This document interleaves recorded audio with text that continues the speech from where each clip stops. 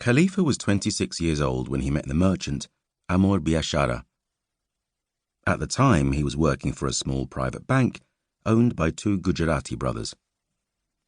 The Indian-run private banks were the only ones that had dealings with local merchants and accommodated themselves to their ways of doing business. The big banks wanted business run by paperwork and securities and guarantees, which did not always suit local merchants who worked on networks and associations invisible to the naked eye. The brothers employed Khalifa because he was related to them on his father's side. Perhaps related was too strong a word, but his father was from Gujarat too, and in some instances that was relation enough. His mother was a countrywoman. Khalifa's father met her when he was working on the farm of a big Indian landowner, 2 days' journey from the town, where he stayed for most of his adult life. Khalifa did not look Indian, or not the kind of Indian they were used to seeing in that part of the world. His complexion, his hair, his nose, all favoured his African mother, but he loved to announce his lineage when it suited him. Yes, my father was an Indian.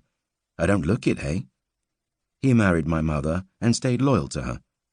Some Indian men play around with African women until they are ready to send for an Indian wife, then abandon them.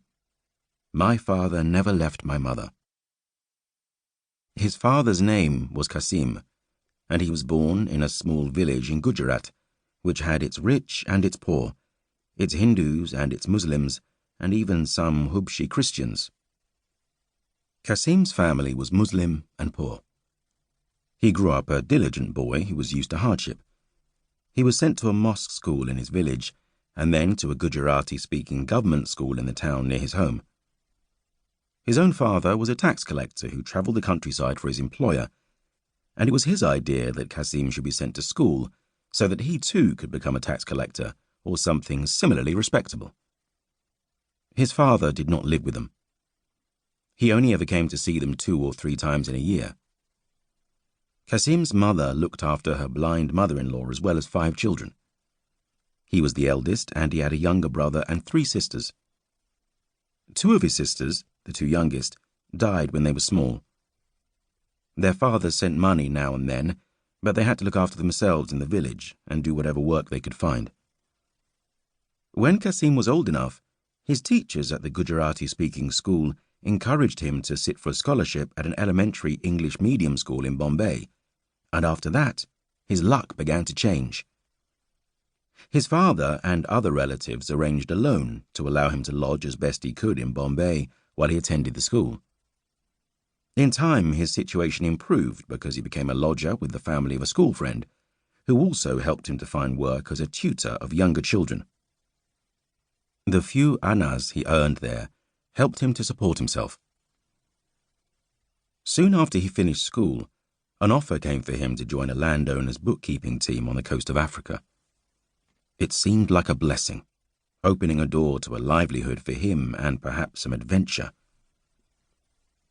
The offer came through the imam of his home village.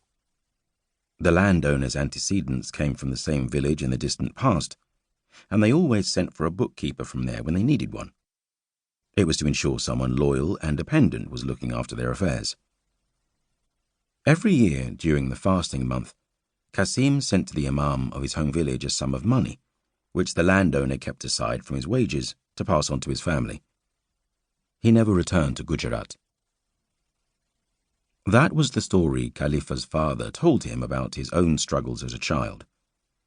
He told him because that is what fathers do to their children, and because he wanted the boy to want more. He taught him to read and write in the Roman alphabet, and to understand the basics of arithmetic. Then, when Khalifa was a little older, about 11 or so, he sent the boy to a private tutor in the nearby town who taught him mathematics and bookkeeping and an elementary English vocabulary. These were ambitions and practices his father had brought with him from India, but which were unfulfilled in his own life.